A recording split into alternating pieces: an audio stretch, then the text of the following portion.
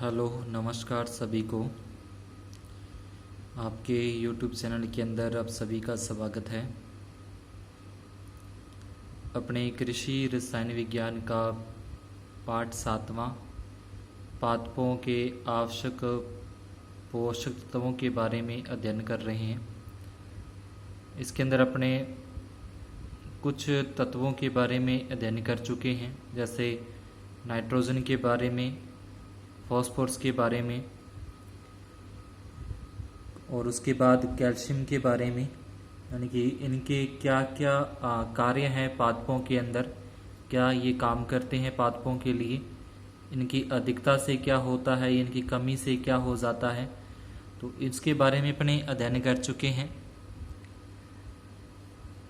आज अपने करने जा रहे हैं पोटेशियम कि पोटेशियम क्या काम आता है, पादपों के अंदर क्या काम करता है और अगर इसकी कमी हो जाए तो पादपों पर क्या प्रभाव पड़ता है, कौन से रोग पादपों में लग जाते हैं या उनकी उपज या उनकी पत्तियां वगैरह जो मुरझा जाती हैं, इस तरीके से क्या उस पर अपने को प्रभाव देखने को मिलते हैं, तो उसके बारे में अपने अध्ययन करेंगे।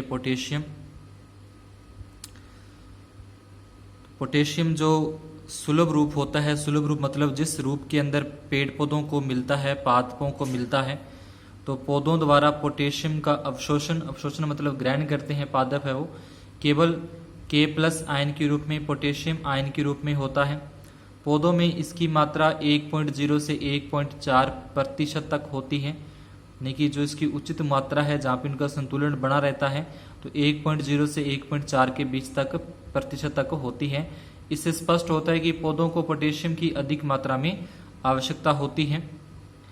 उसके बाद अपनी आ जाएगा पौधों में क्या कार्य करता है पोटेशियम, क्या काम आता है, तो फसलों की गुणवत्ता यानी कि उनकी क्वालिटी में वृद्धि होती है। आलू व अन्य सब्जियों के स्वाद में वृद्धि करता है, सब्जियों के पकने के गुण को किसी सीमा तक सुधारता है। तो एक तो इसकी जो गुणवत्ता है, क्वालिटी है फसल की, वो अच्छी होगी, इसमें वृद्धि होगी, और आलू और अन्य सब्जियों के स्वाद में भी ये वृद्धि करता है पोटेशियम है जो। उसके बाद फसल को गिरने से रोकता है, जैसे अपने फॉस्फोरस पढ़ा था कि फॉस्फोरस भी फसल को गिरने से रोकता है, और जो नाइट्रोजन पढ़ा था, नाइट्रोजन की अगर अधिक मात्रा कर देंगे तो उससे फसल गिरने का खतरा रहता है, लेकिन फॉस्फोरस और पोटेशियम है ये फसल को गिरने से रोकता है। तथा भूमि व जलवायु की प्रतिकूल दिशाओं में फसल के अंदर रोधकता बढ़ाता है। ठीक है, तो ये अपने जैसे फॉस्फोरस के अंदर पढ़ा था कि फॉस्फोरस भी क्या करता है कि जो उसकी रोधक क्षमता है, रोग रोधकता जो क्षमता वो बढ़ाता है, तो उसी प्रकार से ये भी जो उसकी फसल को गिरने से रोकता है, तब भूमि व जलवायु के प्रतिकूल दिशाओं में फसलों के अंदर रोधकता बढ़ाता है। फसल में सूखा सहने, बीमारी व कीट पतंगों के आक्रमण के प्रति रोधकता बढ़ाता है। पौधों में पोषक तत्वों के वहन में सहायक होता है, यानी कि जो अन्य तत्व हैं उनको सोखने के अंदर, उनका अवशोषण करने में ये सहायक होता है। फसल में फल काफी संख्या में तो शीघ्र लगते हैं। फॉस्फोरस में तो अपने पढ़ा था, फॉस्फोरस जैसे पढ़ा था पिछले वीडियो के अंदर कि उसमें जो फूल और फल हैं वो जल्दी से पक जाते हैं, तो इसके अंदर क्या होता है कि फसल में फल काफी संख्या में एक तो लगेंगे और वो शीघ्र लगते हैं। उसके बाद पोटाश अनाज के दानों में अधिक गुदा पैदा करके उन्हें सुडौल करता है, दानों में चमक आती है। तो पोटेशियम की अगर अपने उपयोग करते हैं उचित मात्रा के अंदर, तो उनके दाने हैं जो अपनी फसल अनाज के जो दाने हैं उनमें चमक आती है।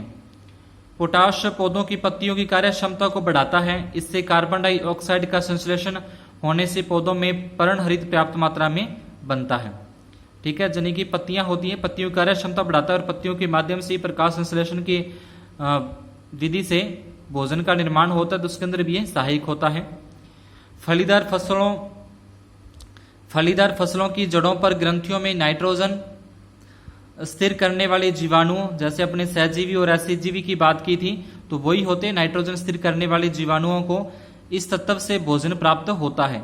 नहीं कि अपने पढ़ा था ना सहजीवी के अंदर कि वो जो बैक्टीरिया होते हैं वो नाइट्रोजन वायुमंडल से इकट्ठी करके पेड़ पौधों को देते हैं और पेड़ पौधों से वो भोजन कार्बोहाइड्रेट के रूप में लेते हैं, तो उनके अंदर जो मुख्य जो तत्व होता है वो पोटेशियम के रूप में ही भोजन को प्राप्त करते हैं। इससे दलहनी फसलें वायुमंडलीय नाइट्रोजन को शीघ्र ग्रहण कर लेती है। नाइट्रोजन के प्रयोग से बीज के शीघ्र अथवा देर से पकने वाले प्रभाव को पोटाश यानी कि पोटेशियम अधिक सक्रिय बनाता है और संतुलित रखता है। देखिए नाइट्रोजन का अगर अपने ज्यादा या कम उपयोग कर दिया है तो उसका ये संतुलन बनाए रखने में सहायक है। पोटेशियम अनेक एंजाइमों का सक्रिय कारक है।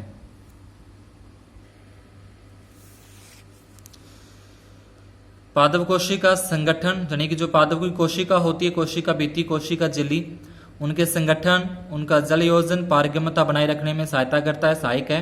पोटेशियम आयन आंशिक तौर पर पादप कोशिकाओं की उचित स्फीति को रक्षित या अनुरक्षित करने के लिए उत्तरदायी होता है, यानी कि जो कोशिकाएं होती हैं तो उनको वो रक्षा प्रदान करता है।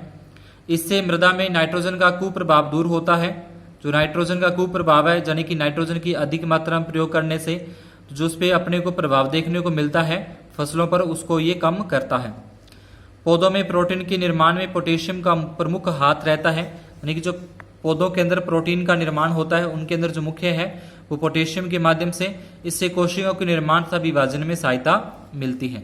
तो प्रोटीन का निर्माण होगा तो कोशिकाओं का निर्माण होगा और कोशिकाओं का विभाजन भी होता है, जिसके अंदर पोटेशियम मुख्य तत्व के रूप में होता है। उसके बाद आगे अपने करते हैं पोटेशियम की कमी के क्या लक्षण है, क्या उस पर अपने प्रभाव देखने को मिलते हैं पोटेशियम की कमी के। ये पोटाश की कमी के लक्षण, यानी कमी होने से क्या होगा जब पोटेशियम की कमी हो जाएगी। तो पोटेशियम की कमी में पत्तियां धब्बेदार व भूरी हो जाती हैं। कमी के लक्षण पहले पुरानी नीचे की पत्तियों पर प्रदर्शित होते हैं, पत्तियां समय से पूर्व ही गिर जाती हैं।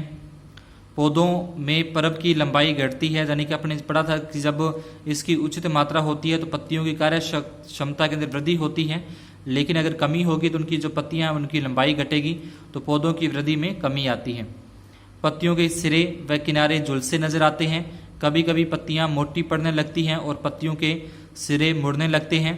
मुख्य नसें हरी बनी रहती है, बाद में सूखकर जालीदार संरचना बनती है। कपास में फसल वृद्धि के समय ही पत्तियां गिरने लगती हैं और टोडे ठीक प्रकार से नहीं खुलते, यानी जो टिंडे होते हैं कपास के वो अच्छे तरीके से नहीं खुलते। किसकी कमी से? पोटेशियम की कमी से। ठीक है, जब कपास की फसल जब वृद्धि करती है, फल फूल वगैरह लगते हैं, तभी उसकी जो पत्तियां हैं वो गिरना स्टार्ट हो जाती है पोटेशियम की कमी से। उसके बाद तंबाकू के पौधों में पत्तियों की नसों के बीच में सिरों पर या किनारों पर उत्तक निर्जीव हो जाने के कारण फल छोटे पड़ जाते हैं। ठीक है, पोटेशियम की कमी से तंबाकू के जो पौधे हैं उनके जो फल लगता है वो फल छोटे पड़ जाते हैं। फल वृक्षों व फूल व फल कम लगते हैं, जो जिसपे फल लगते हैं वृक्षों के ऊपर या फूल लगते हैं वो भी कम लगते हैं पोटेशियम की कमी से। मक्का के भुट्टे छोटे तथा सिरे पर दाने कम निकलते हैं, यानी कि जो अपने मक्की वाली छली देखी होगी उसके जो किनारे बिल्कुल सिरे होते हैं वहाँ पे दाने कम होते हैं पोटेशियम की कमी से। आलू में पोटाश की कमी से पत्तियों का रंग गहरा हरा हो जाता है, जो बाद में पीले भूरे एवं कांसे रंग में परिवर्तित हो जाता है। कंद छोटे पड़ जाते हैं तो जड़ों का विकास कम होता है। दलहनी फसलों में पत्तियों के किनारों पर पीले सफेद धब्बे पड़ जाते हैं। कमी के लक्षण खेत में पहले नम क्षेत्र में दिखाई देते हैं, जहाँ पे नमी होती है वहाँ पे दिखाई देते हैं। जड़ों का विकास कम होने के कारण पौधा गिर जाता है। तो ये तो अपने थे पोटेशियम के क्या कार्य हैं। ठीक है, और उसके फिर पोटेशियम के कमी से क्या लक्षण या क्या प्रभाव अपने को पौधों के अंदर देखने को मिलते हैं उसके बारे में देखा। तो जिन्होंने अभी तक चैनल को सब्सक्राइब नहीं किया है वो पहले चैनल को सब्सक्राइब जरूर करें, वीडियो को लाइक और कमेंट करके ज़रूर बताएं, आगे से आगे इनको शेयर करना न भूलें। अब आगे अपने करते हैं मैग्नीशियम के बारे में पढ़ते हैं। मैग्नीशियम की क्या कार्य हैं, उसकी क्या कमियां हैं, कमी के क्या लक्षण हैं। ये अपने मैग्नीशियम है। तो मैग्नीशियम वैसे मुख्य तौर पर मैग्नीशियम ध्यान रखना कि जो प्रकाश संश्लेषण की जो क्रिया होती है या पत्तियों को जो हरा बनाए रखता है उसके अंदर काफ़ी सहायक होता है। क्लोरोफिल जिससे अपने बोलते हैं पत्तियों का रंग हरा रहता है, तो वो क्लोरोफिल के अंदर ये काफ़ी सहायक है मैग्नीशियम। मैग्नीशियम क्लोरोफिल का एक अवयव है, अतः इसके बिना कोई पौधा हरा नहीं हो सकता। इस प्रकार यह पौधों में प्रकाश संश्लेषण की दर में वृद्धि करता है।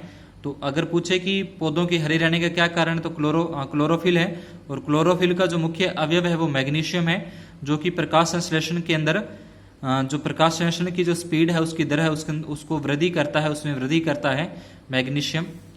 ऐसे अनेक एंजाइमों को का संक्रियण करता है जो प्रोटीन, वसा व कार्बोहाइड्रेट के उपापचय से संबंधित हैं, जो प्रोटीन का निर्माण करने या वसा या कार्बोहाइड्रेट का निर्माण करने में सहायक होते हैं। पौधों के अंदर पोषक तत्वों के वहन व पोषक तत्वों के अवशोषण में सहायता करता है। तो ये लगभग अभी तक अपने जो पढ़े उनमें सभी में यही आया कि जो पौधों के अंदर जो पोषक तत्व ग्रहण करते हैं उनको ये उसके अंदर ये सहायता करता है। बसीय अम्लों व तेलों के संश्लेषण में सहायक है, यानी कि वसा के निर्माण में या तेल के निर्माण के अंदर ये सहायता करता है। मैग्नीशियम यह पौधों में शर्कराओं एवं स्टार्च के स्थानांतरण में सहायता करता है। मैग्नीशियम क्रोमोसोम यानी कि जो गुणसूत्र होते हैं जो जिनको अपने जीन बोलते हैं, डीएनए, आरएनए वगैरह, जो वंशानुगति के लिए सहायक होते हैं, का एक मुख्य अवयव होने के कारण वंशानुगत गुणों को नियंत्रित करता है। यानी कि वंशानुगति है जो एक पीढ़ी से दूसरी पीढ़ी है तो उनके गुणों को नियंत्रित करता है। यह पॉलीराइबोसोम का एक मुख्य भाग है। यह फॉस्फोरस को ग्रहण करने तथा इसके स्थानांतरण में सहायक होता है, यानी कि जो पादप फॉस्फोरस को ग्रहण करते हैं और उसको आगे नीचे जड़ों से लेकर पत्तियों तक पहुंचाते हैं, उसका स्थानांतरण करते हैं, तो उसके अंदर ये सहायक होता है मैग्नीशियम। पौधों में नाइट्रोजन मेटाबॉलिज्म से संबंधित कई फास्फोराइलेशन क्रियाएं मैग्नीशियम द्वारा उत्प्रेरित होती हैं। तो ये तो थे अपने मैग्नीशियम के कार्य। अब आगे अपने पढ़ते हैं मैग्नीशियम की कमी के लक्षण। मैग्नीशियम की कमी के लक्षण, तो इसके अंदर आ जाएगा पहला अपना, पौधे की निचली या पुरानी पत्तियों का रंग किनारे व तने के बीच से नष्ट हो जाता है, नसें हरी बनी रहती है। तो पहले जो भी प्रभाव पड़ेगा पहले वो पुरानी पत्तियों पर ही प्रभाव पड़ता है, उसके बाद फिर वो ऊपर की पत्तियों पर प्रभाव देखने को मिलता है। अधिक कमी में पुरानी पत्तियां सूख जाती है, यानी कि मैग्नीशियम की बहुत ज्यादा कमी हो जाए तो पत्तियां हैं वो सूख जाती हैं। पत्तियां आकार में छोटी रह जाती हैं तो ऊपर की ओर मुड़ जाती हैं। तो जो कमी के लक्षण आपने जितने भी अभी तक तत्व पढ़े, तो अगर उसको सभी का नोट किया होगा तो उसमें देखते हैं कि पत्तियों पर इनका प्रभाव पहले पुरानी पत्तियों पर दिखाई पड़ता है, पुरानी पत्तियां सूख जाती हैं, मुरझा जाती हैं, किनारे उनके मुड़ जाते हैं, उनका रंग है वो भी चेंज हो जाता है। पत्तियां अपरिपक्व अवस्था में गिर जाती हैं, यानी कि जो कच्चियां पत्तियां होती हैं अभी पूरी पकती नहीं है, परिपक्व नहीं होती, तो पहले वो गिर जाती हैं तथा इन पर फफूंदी का आक्रमण हो जाता है। ठीक है, फफूंद जो है इसके ऊपर लग जाती है, उसका आक्रमण हो जाता है, जिससे ये जो पत्तियां हैं वो जालीदार हो जाती हैं, बीच में इसके छेद निकल आते हैं। तो इस तरीके से अपने आज 2 टॉपिक कर लिए, पोटेशियम के कार्य और उसकी कमी के लक्षण, और उसके बाद अपने मैग्नीशियम के कार्य और मैग्नीशियम की कमी के लक्षण। आगे अपना टॉपिक है गंधक। तो मेन तो अभी जो जहां अब तक अपने किए उतनों के बारे में पूछता है ज्यादातर एग्जाम के अंदर, तो ठीक है, जैसे नाइट्रोजन के बारे में है, फॉस्फोरस है, पोटेशियम है, कैल्शियम है, मैग्नीशियम है, इनके बारे में। लेकिन थोड़ा बहुत अपने को सल्फर के बारे में भी ध्यान होना चाहिए। ठीक है, गंधक, तो गंधक के कार्य यह यद्यपि पर्णहरित का अवयव नहीं है, किंतु यह पर्णहरित के बनने में तथा पौधों के वानस्पतिक वृद्धि में सहायक होता है। गंधक सिस्टाइन व मिथ्योनिन अमीनो अम्ल का अवयव होता है, यानी कि सारे के सारे जो अम्ल बनते हैं इन अम्ल बनने में ये सहायक होता है। गंधक प्रोटीन निर्माण केंद्र के लिए भी ये आवश्यक तत्व है। यह पौधों की जड़ों में वृद्धि करता है तथा बीज के बनने में सहायता करता है। पौधों की जो जड़ें हैं उनमें वृद्धि करेगा और बीज बनने में भी ये सहायक होता है। दलहनी फसलों की जड़ों में ग्रंथियों का निर्माण तेज गति से होता है, यानी कि अगर गंधक का अपने उपयोग करते हैं, जो दलहनी फसलें होती हैं उनकी जड़ों में जो ग्रंथियों का निर्माण तेज होता है, जिससे उनमें नाइट्रोजन जल्दी स्थिर हो जाती है। दलहनी फसलों में वसा वृद्धि करता है तथा तेल में सुगंध बनाने में सहायक होता है। गंधक की उपस्थिति में पौधों की रोग रोधक शक्ति है वो बढ़ जाती है। गंधक की कम उपयोग करने से जो उसकी रोग प्रतिरोधक क्षमता है वो उसमें बढ़ोतरी होती है। प्रकाश संश्लेषण से संबंधित एंजाइमों का संक्रियण करता है। कार्बोहाइड्रेट उपापचय में भी सक्रिय भागीदारी करता है। गंधक में NS अनुपात को घटाता है, जिससे चारे की गुणवत्ता में वृद्धि होती है। तो ये तो अपने थे गंधक के कार्य। ठीक है, ज्यादा नहीं इसमें, बस एक तो ये रख लेना कि जड़ों में वृद्धि करता है, बीज बनने में सहायता करता है, ग्रंथियों का निर्माण तेज गति से करता है और वसा वृद्धि करता है दलहनी फसलों में, और तेल में सुगंध बनाने में सहायक होता है। और इसकी यानी कि गंधक के उपयोग से उसकी फसलों की पौधों की जो रोग प्रतिरोधक क्षमता है उसमें बढ़ोतरी करता है और प्रकाश संश्लेषण से संबंधित जितने भी एंजाइम हैं उनका संक्रियण बढ़ाता है और चारे में NS अनुपात को घटाता है और उससे उसकी गुणवत्ता के अंदर वृद्धि हो जाती है। आगे अपने पढ़ते हैं गंधक की कमी के लक्षण क्या देखने को मिलते हैं। गंधक की कमी के लक्षण, पौधे की ऊपरी या नई पत्तियां, पत्तियों की शिराएं व शिराओं के बीच के भाग हल्के हरे रंग के हो जाते हैं। पौधे की ऊपरी या नई पत्तियां हैं उनकी जो शिराएं हैं के बीच के भाग हल्के हरे रंग के हो जाते हैं। पौधे की वृद्धि धीमी हो जाती है। तो इस तरीके से आपने ठीक है लगभग आपने देख ही लिया होगा कि एक तो इसमें रोग प्रतिरोधक क्षमता अगर उसका उपयोग करेंगे तो उसमें बढ़ोतरी होती है और फसलवार जो दाने हैं उनमें से रोल बनते हैं, पैदावार ज़्यादा होती है, भूसे में कमी होती है। और कमी के अगर लक्षण देखें तो जो भी तत्व है उसकी कमी से उसकी पत्तियां मुरझा जाती हैं, पत्तियां जो हल्की पीली हो जाती हैं, बुरी हो जाती हैं। तो इस तरीके से अलग अलग इनकी कमियों के लक्षण हैं। आगे अपने अगली क्लास के अंदर मैं कोशिश करूँगा कि इन सभी जो अपने तत्व अब तक पढ़े हैं उनके कार्य जो मेन मुख्य कार्य हैं और उनके जो मुख्य कमी के लक्षण हैं उनकी एक सारणी, एक चार्ट के रूप में बना के अपने डिस्कस करेंगे। तो अगर सभी को एक स्थान पर लिखकर उसके ऊपर चर्चा की जाए तो वो जल्दी से याद हो जाता है, पकड़ में आ जाता है कि हाँ इसके कारण ये मुख्य कार्य है, इसका फिर ये आगे ये मुख्य कार्य है। तो अगली क्लास के अंदर उसके अंदर चर्चा करेंगे। तो चैनल को सब्सक्राइब करना न भूलें, बेल आइकन को दबा दें, जैसी नेक्स्ट क्लास अपलोड हो आपको उसका नोटिफिकेशन मिल जाए। आज की क्लास में इतना ही। धन्यवाद। शुभ दिन।